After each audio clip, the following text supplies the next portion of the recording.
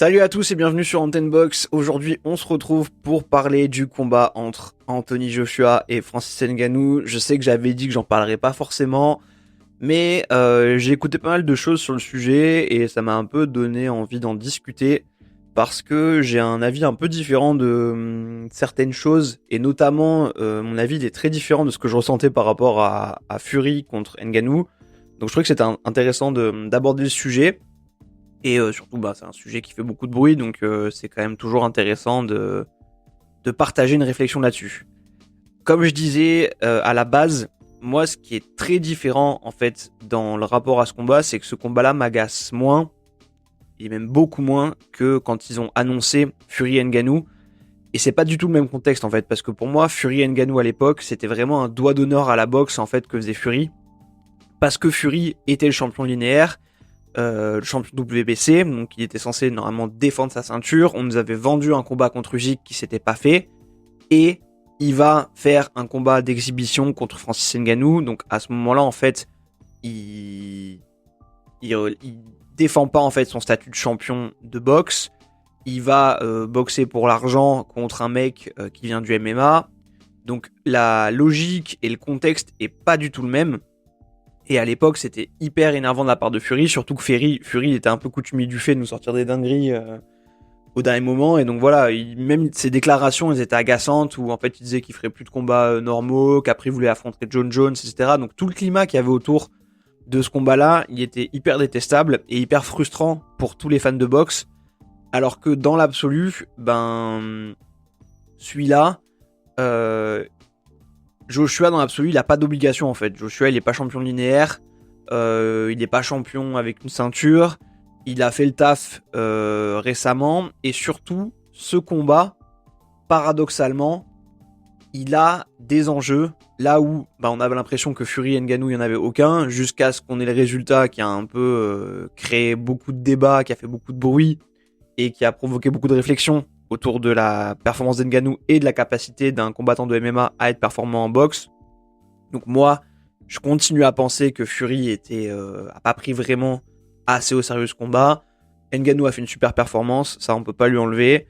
Je pense intimement, peut-être que je me trompe, on verra bien, que le combat de Joshua sera différent. Je pense que Ngannou fera quand même bonne figure, mais je pense qu'on va voir autre chose. Et comme je le disais, tout ça, toutes ces réflexions que je me fais sur le combat que va faire Joshua, c'est lié aux enjeux de ce combat qui sont assez nombreux. Et pour commencer, ce qu'on peut se dire déjà, et pour aller un peu dans la continuité de ce que je disais sur pourquoi je suis moins énervé que Joshua affronte Ngannou, tout simplement parce que je vois pas trop qui aurait pu affronter d'autres à ce moment-là, en fait dès mars. Donc le mec reste quand même actif parce que son dernier combat c'était fin décembre. Dans l'absolu, pour lui, concrètement, je pense que c'est un combat plus facile qu'Hrgović ou que Zhang ou même potentiellement Parker. Je suis pas sûr qu'Hrgović ait envie de faire un combat contre Joshua. Je pense qu'il a son siège réservé pour être challenger IBF et qu'il a pas envie de le lâcher comme ça. La meilleure preuve, c'est que à Day of Reckoning, c'est le seul mec qui a affronté vraiment... Bon, il y en a qui ont affronté des mecs pas très dangereux, mais lui, il a affronté une blague, quoi. Enfin, bon, une blague, c'est méchant pour Demori, mais c'était pas du tout le même niveau, c'était pas du tout la même opposition. Il y avait un écart monstrueux, donc je pense que ça montre qu'il avait pas envie de prendre un risque ou de trop se tester. À mon avis, il a un peu envie d'attendre. Zhang, je pense que c'est dangereux, et d'ailleurs, le contrat a été conclu entre Zhang et Parker dans la sous-carte de Joshua Ngannou. Donc, comme on sait aussi que Wilder était tombé à l'eau, moi, ça me semble assez logique. Surtout que derrière ça, Joshua, il est un peu dans une opération reconquête où il essaie de refaire monter sa cote de boxeur crédible. Ce qu'il a bien réussi à amener contre Otto Wallin, où il a fait un super combat, je trouve. Et du coup, il est un peu dans cette phase de reconquête. Et Ngannou, c'est la cible parfaite parce que c'est celui que les fans de boxe ont dans le viseur en se disant... maintenant, on attend le mec qui va réussir à montrer aux fans de MMA qu'en fait, Ngannou, il avait pas sa place ici. Donc, c'est un peu la logique qu'ont les gens. Et du coup, Joshua, il peut endosser ce costume presque de sauveur de la boxe. S'il arrive à faire un boulot sur Ngannou, et tout le monde dira, voilà, vous voyez, c'est parce que Fury a fait n'importe quoi. En fait, Ngannou, il a pas sa place ici. Donc, c'est ce qu'attendent, dans le fond, les fans de boxe. et c'est ce rôle que peut endosser Joshua. Donc je pense que pour ça c'est intéressant pour lui. Je pense que ce qui est intéressant aussi, c'est de se dire que là, autant Fury, j'avais des doutes en me disant franchement, je sais pas ce que serait prêt à faire Fury pour un chèque. Vraiment, c'est hyper sincère. Le scénario truqué m'aurait pas choqué. Bon, je pense pas que ce soit truqué, parce que je pense pas qu'il ait pris un knockdown pour de faux, parce que le coup il est réel. Mais on m'aurait dit qu'il y aurait eu un combat arrangé avec un scénario à l'avance, ce qui n'a pas été le cas, je pense. Ça m'aurait pas surpris venant de Fury. Parce que les Fury, c'est quand même un peu un bourbier en termes de business et tout. Ils sont capables de faire des choses.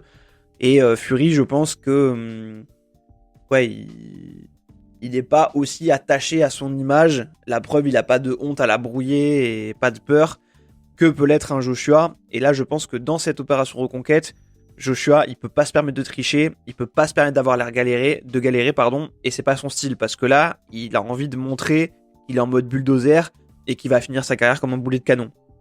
Et ce qui est intéressant aussi, c'est que cette opposition-là, elle remet concrètement Joshua potentiellement au comble de la renaissance parce que c'est une opposition qu'on pourra comparer à celle de Fury. On pourra comparer Joshua Ngannou à Fury Ngannou. Et si Joshua est hyper performant et hyper bon contre Ngannou, et ben tout le monde dira, bah vous voyez, voilà, tout le monde disait que Fury était meilleur que Joshua, mais regardez ce que Joshua a fait potentiellement à Ngannou, alors que Fury a galéré. Et en fait, ça peut être un des comebacks les plus fous, parce que Joshua, après Helenius, on était tous à dire il est fini, même mentalement, il est bousillé, il arrive plus, il gère pas ses émotions, c'est pas beau à voir, il galère. Et là, le match avec Davidson, donc Ben Davidson, son coach qu'il avait pour le combat contre Otto Wallin, et ben ça l'a remis dans des supports de disposition. Moi, ça faisait longtemps que je l'avais pas vu boxer comme ça, Joshua. Donc après, Otto Wallin, c'est un très bon boxeur techniquement, donc c'est ça que j'ai trouvé hyper remarquable, c'est comme il a réussi à lui marcher dessus, à lui laisser aucune opportunité. Par contre, c'est pas un frappeur. Donc Joshua, il avait pas cette crainte, on le voit avoir de temps en temps, quand il boxe contre des mecs qui frappent un peu plus fort, typiquement Helenius, on voyait qu'il prenait son temps et qu'il était prudent, parce que Helenius, même si il est un peu lent, qu'il est un peu âgé, il a quand même de la puissance. Donc c'était pas pareil, à voir comment il va se comporter face à Ngannou, où c'est vrai que je pense qu'il faut pas le prendre trop de haut et pas faire d'erreur, parce que il a quand même cette puissance dans les poings. Mais voilà, je pense que là Joshua est dans une phase où il peut se remettre au centre de l'échiquier et se rendre hyper légitime pour un potentiel futur combat contre Fury. Et voilà, c'est marrant parce qu'on sait qu'il va y avoir 2 combats entre Fury et Usyk. On sait pas qui va gagner, mais quoi qu'il arrive, grâce à sa récente performance et potentiellement à ce qu'il va faire avec Ngannou, il se met en tête de liste pour soit affronter Usyk dans une trilogie et potentiellement récupérer ses titres, soit affronter Fury et du coup offrir le combat britannique que tout le monde attend depuis des années et peut-être montrer ce qu'il dit depuis des années, que s'il combat contre Fury, il peut gagner. Après, je pense que les styles font les oppositions, donc moi j'ai toujours dit que le style de Joshua, s'il n'était pas craintif comme on a pu le voir récemment, il avait de quoi faire galérer Fury, parce que techniquement il est quand même bon et il a beaucoup de puissance de frappe. Donc c'est un combat que oui, j'ai envie de voir, qui me plaît toujours. Il me plaisait moins il y a quelques mois quand j'ai vu Franklin, Lenius, je me disais là Joshua il est terminé. Et en fait là j'avoue qu'il m'a re-hypé après ce combat contre Wallin. Et même tout ce qui se passait pendant la Fight Week de Day of Reckoning, où on le voyait faire la gueule, où on se disait mais en fait il est trop tendu, Joshua ça va pas, et surtout qu'on le compare à Wilder, où on disait Wilder c'est cool parce que on voit qu'il est devenu souriant, on aime bien son attitude et tout. En fait c'est que Wilder il est complètement sorti de la boxe mentalement, il était trop à côté et ça l'a desservi pendant le combat, alors que Joshua là il est survénère. Et ça se voit qu'il met cette énergie-là et qu'il a envie de détruire, quoi. Donc moi qui étais agacé par ce côté-là, j'avoue que c'est pas la partie que je préfère de Joshua, mais si ça le fait performer sur le ring, c'est cool. Et je préfère voir un Joshua plus énervant parce que en fait pas du tout le genre idéal, mais plus authentique que le Joshua faussement gentil qui nous servait une espèce d'image de Golden Boy, etc., qu'il n'était pas vraiment. Donc voilà. Je trouve ça hyper intéressant. Après, le sujet de fond que j'aborde dans un autre podcast, donc où je parle de l'Arabie Saoudite, je vous invite à aller l'écouter si ça vous intéresse. C'est que, est-ce que c'est pas un peu dur de se dire que Joshua, il a déjà son siège réservé pour prendre le gagnant de Fury Usyk, alors que justement, j'en parlais juste avant, un Hrgovic, il est mandatory IBF et que Joshua va lui passer devant et qu'il va passer devant peut-être le vainqueur de Zhang contre Parker qui seront peut-être plus méritants parce que Parker il a pris un max de risques cette année et s'il arrive à battre Zhang, c'est dur de se dire qu'il serait pas challenger pour une place mondiale. Donc ce que sont aussi en train de redessiner les Saoudiens, c'est encore une fois mettre les ceintures entre les mains de ceux qui ont le plus de hype versus ceux qui ont peut-être le plus de mérite sportif. Après, je trouve quand même que Joshua c'est difficile parce que il garde un certain mérite sportif qui se cumule avec une certaine hype, dans le sens où il a quand même été très actif, il a battu des contenders intéressants, mais je trouve que c'est difficile de dire que la victoire contre Ngannou lui offre le droit au combat pour être undisputed. Donc voilà, je trouve que c'est un peu rapide et un peu facile. Après, on verra ce que l'avenir nous réserve, mais en tout cas, c'est en bonne voie pour aller là-dedans. Moi, je serais content de voir ces combats-là entre Joshua et Fury, et peut-être même, si on voit un Joshua qui arrive à plus se lâcher, plus se libérer, de voir la trilogie contre Usyk, ça peut être intéressant. Mais je trouve ça un peu abusé que ce soit pour toutes les ceintures directement. Est-ce que les fédérations vont pas un peu craquer en disant bon maintenant ça suffit, on fait éclater les titres et qu'on ait ces combats entre Fury et Joshua et Usyk et Joshua en Arabie Saoudite mais pour moins de ceintures? Je pense que ce serait le choix le plus rationnel et le plus cohérent. Il y a un bruit de malade dans mon placard, mon chat est en train de faire n'importe quoi. Je sais pas si vous entendez. Bref.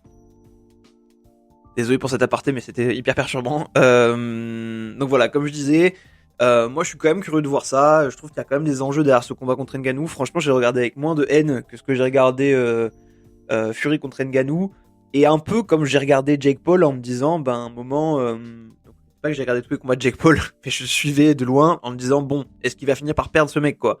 Et j'avoue que j'ai regardé contre Tommy Fury parce que je me disais, là il combat un boxeur très très moyen, mais peut-être un mec qui va le faire tomber. Et là j'ai un peu ce truc là de me dire, bon, est-ce que Joshua va remettre les pendules à l'heure ou est-ce qu'on va vraiment assister à un délire de genre en fait Ngannou est en train de plier le game box?